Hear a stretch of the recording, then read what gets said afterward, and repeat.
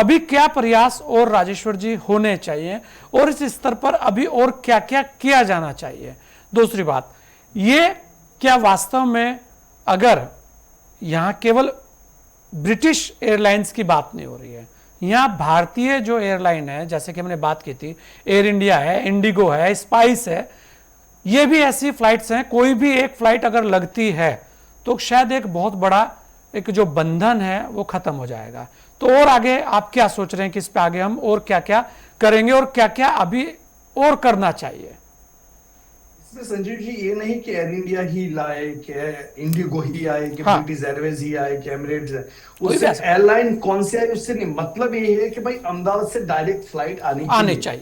चाहिए। हाँ। Second point है कि 8 लाख गुजरातियों यहाँ है, तो उसके लिए भी न्याय देना चाहिए कि वो क्या करे। उनके माँ बाप आते हैं वहां से, तो उनको जाना पड़ता है, वहां से दिल्ली या बॉम्बे जाना पड़ता है, वहां से फिर 2-3 घंटे और ब्रेकअप करके फिर वहां आना पड़ता है, यहाँ से वापस रिटर्न जाए तो कोई दुबई स्टॉप ओवर करके जाना पड़ता है। तो वो नहीं कहते कि हमारा टिकट का दाम कम करो, वो नहीं कहते कि हमें अपने आप में कोई डिस्काउंटेड प्राइस दो। अगर भारतीय है तो भारतीय वो ही नहीं सोचता है कि हमें डिस्काउंट मिले, वो सोचता है हमें फैसिलिटी मिले। फैसिलिटी वो मिले। सोचता है कि हमारा हमारा कार्य जो है अगर 12 घंटे में हो रहा है तो 8 घंटे में कैसे हो जाए। एक बच्चा अगर भारत से, गुजरात से, अगर अहमदाबाद से बैठे हुए माँ और बाप को बुलाना चाहता है यहाँ, वो सोचता है कि एक एंड में बैठा हुआ व्यक्ति दूसरे एंड में हम कनेक्ट कर लिया जाए, और वाया वाया बीच में क्यों ये करना है। तो इस पॉइंट को लेकर के हमारे आदरणीय प्रधानमंत्री भी ये सोचते होंगे कि उसको क्या क्या, हम नहीं कह रहे कि वो कुछ नहीं करते होंगे,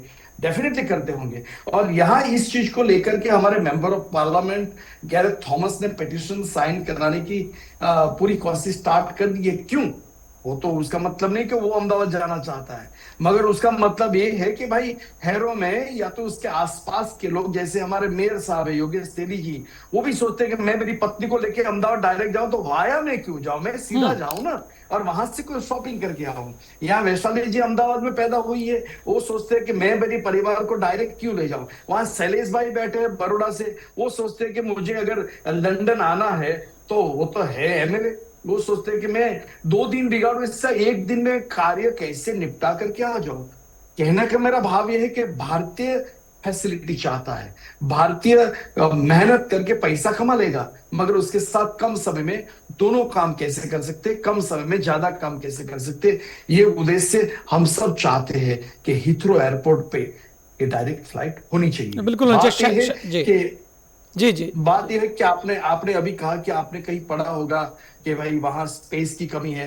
हाँ, और योगेश जी ने बहुत अच्छा कहा कि भाई वहां एक कोई भी एक फ्लाइट बंद कर दो। उस चीज में मैं ही कहूंगा किसी फ्लाइट बंद करने की हमें हमें कोई जरूरत नहीं है। हम हमारी लाइन, किसी की लाइन छोटी करके हमारी लाइन को बड़ी नहीं करना है। हम तो ये सोचते हैं हमारी लाइन बड़ी हो, हमारा कार्य हो। और इसने 1 से 5 एयरपोर्ट है हिथ्रो पे, तो उसमें कोई भी एडजस्ट कर सकते हैं उस कोई भी कार्य में। एडजस्ट कर और एयरलाइन को भी ये देखना चाहिए कि गुजरात का इतना बड़ा इकोनॉमिक आर्थिक जो स्थिति है मजबूत है, वो करने के, तो उस कार्य में भी उनको भी साथ देना चाहिए। सब पैसे से सब कुछ होता है, मगर पैसा भी इतना ही नहीं कि भाई उसमें हमारी प्रसिद्धि भी कम हो जाए। हाँ, नहीं बिल्कुल, ये एक बड़ी चीज़ है राजेश।